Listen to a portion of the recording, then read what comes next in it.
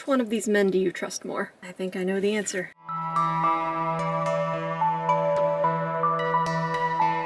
Hello friends and enemies. Today we're looking at Hasbro Marvel Legends Doctor Strange, and this is more of a classic Doctor Strange look, not based on any of the movies or any of the newer stuff that's come out. This is classic comic book Doctor Strange. Standard Marvel Legends packaging, window in the front, character name on the front, a character adjacent emblem on the top, artwork on the side, and that artwork repeats on the back along with a little blurb about the character. Copyrights, warnings, you know the drill. Not for children under 3 years old. If you give this to a child under 3 years old, you will be turned into a frog. Though depending on how your life is going, that might be preferable. So, let's open them up. This figure was actually one we were going to cancel, not because we didn't want it, just there's a lot of other things coming out.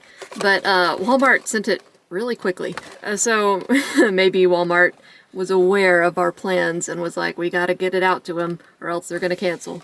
I mean, he seems to be a cool figure so far, so I'm not complaining. Okay, so what we've got here is the classic Doctor Strange comic look, all the way back from the Ditko era. You've got the big floofy cape with the high collar, the medallion, the blue tunic, the black leggings, the iconic gray streaked hair, and of course, bright yellow leopard spotted gloves. There's something weird happening on the trim of this one. There's some plastic that's kind of pulled up into little tiny peaks. So hopefully not everyone's is like that. Hopefully mine is just a small defect. Yeah, it's cool to have a classic Doctor Strange, but it looks a little plain to me. But then again, I'm not complaining too much. This is a Marvel Legend. We know what we're in for. They're not going to have crazy detailed paintwork like you'll find with more expensive figures. And I'm okay with that. I just have to remember that. I just got done reviewing Mezco's, so you can't really compare. First thing I will say is that the cape does not come off. This is on him for life. Seems like an unhealthy relationship. I feel like it would have been pretty easy for them to make the cape removable, but it is anchored pretty hardcore onto his chest at this point right here. I don't think there's any getting it off unless you pry this off, and then it'll leave a big gaping wound on his chest. And he's not Iron Man, he's Doctor Strange. So, big, huge, cumbersome cloak. As much as I do love the Cloak of Levitation, it's a little bit in the way. Especially when you're trying to just make him stand up. He's standing up okay now, but this thing is really top heavy. There's a lot of material in the back. He really wants to fall over, but that's okay. I mean, his ankles are a little bit loose, so that might be contributing, but the sculpt is really nice. Really solid face sculpt, nice detail on the hair, really dynamic folds and wrinkles on the tunic. He's wearing leggings, so the legs are a little bit boring. I'm sure they're reuse from someone, maybe Cyclops or House of X, Professor X, I'm not sure. For some reason, I don't think of Doctor Strange as being super buff, but man, these legs are very toned. I mean, I'm sure I'm wrong, but I feel like he's probably just a fit guy, not crazy roided out or whatever, but these legs say otherwise. Paint is a little bit sloppy in places, especially on the cloak. You've got some mess right here, a little bit of smearing right here. Of course, nothing is ever going to be perfect. That doesn't bother me. But it may bother some people. Let's look at what we can do with him. Up. It's hard to see because the collar's in the way. Can't look up great, again, because of that collar. Down. Same deal. A tiny bit of tilt. Some rotation. Arm is, once again, hampered by this billowing cloak here. But in theory, it can go all the way around. Single elbow because of these heavy folds. Up and down. And rotation on the wrist. Decent amount of crunch forward. Cloak is keeping him from crunching back. Tunic is keeping him from kicking out. In all directions. There is a thigh swivel that's hidden by the bottom of the tunic. Double knee to make up for double elbow. Very awkward shin swivel. What about that is natural? So he looks cool. Standing him up might be an issue. Posing him will probably definitely be an issue, but he does look cool. So he'll come with these typical Doctor Strange magic-using hands, but he also comes with an alternate set of hands. He's got a fist, and he's got something to grasp with, because he's got things to grasp. He'll come with the Wand of Watum, just cast in kind of a gold-colored plastic with a little bit of dark wash over it to accent the details. So it's a simple piece, but the wash really brings out all those little tiny details. I think there are a lot of Marvel Legends pieces that would benefit from at least a slight wash. He'll also come with the Axe of Angarumas. Angarumas. It's an axe. I also really like the details on this.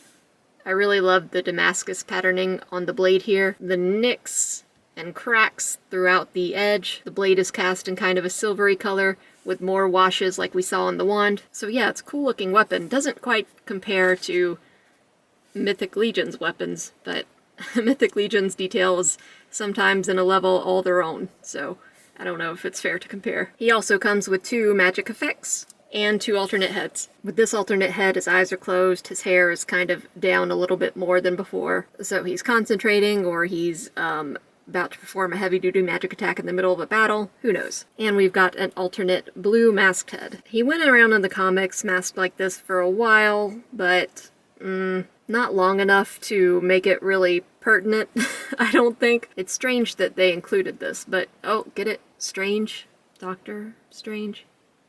Anyway, it's kind of a deep dive. It doesn't even really look like a mask, it just looks like a blue face. He blew himself. But anyway, it's a cool extra for fans who like that look. So, these magic effects are sculpted in such a way that you can kind of attach them to his magic-using hands. You just kind of have to get these little doolies in between his fingers, and it is a little bit easier said than done to make them stand still and not just droop, but it can be done, and the effect looks really cool once you pull the dog hair off. So yeah, these magic effects are cast in a little bit of a translucent plastic, which adds to their magical glowy quality, and I really like the way they tie into the color scheme of the yellow sash and the red and yellow cloak. But if you don't want him to be using magic, he's got the wand and the axe too. So let's change this out. We'll give him his holding things hands. Is Doctor Strange a lefty? I guess that would make sense. So in the holding things hand, you can either put the axe or the wand, whatever suits your fancy. I guess you could use this as a holding things hand too. Get in there.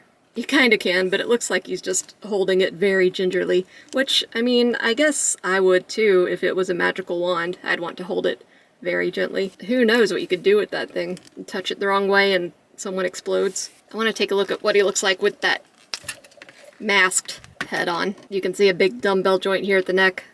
Nice neck sculpt. The neck is flesh colored, while his head right here is not. So that's kind of weird. I mean, you can't really even dip his chin to hide the flesh neck. It's just kind of there. It really does look like he's just painted his face. Yeah, it's a little awkward. The blue head seems like a little bit of an afterthought. But once again, it might be something that fans really like. I have no attachment to blue head Doctor Strange, so I don't know. So here he is with the What If wave, Captain America zombie, and I feel like the scale is a little bit off. I'm just chalking that up to different styles. This is a classic comic book style. This is a newer animated style, but I feel like even as a zombie, Captain America should be a good bit larger than Strange. But here he looks a lot smaller, a lot slighter, but once again that could be chalked up to the style of the drawing that it's based on. So in that theme, here's some Strange on Strange, also from What If, Doctor Strange Supreme, and he also looks pretty small compared to classic Doctor Strange. This guy though, I feel like he's probably crazy malnourished, so it makes sense that this one would be bigger.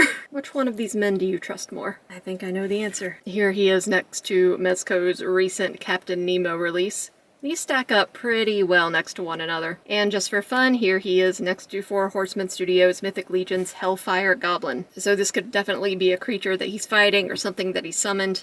Who knows? The sky's the limit. All that's holding you back is your imagination. So yeah, it's a cool figure, nothing mind-blowing, but if you're a fan of classic Doctor Strange, Ditko artwork, then this is pretty cool. Cloak is a little bit of a problem, but you can work around it. Like I said before, you cannot get him into any crazy poses.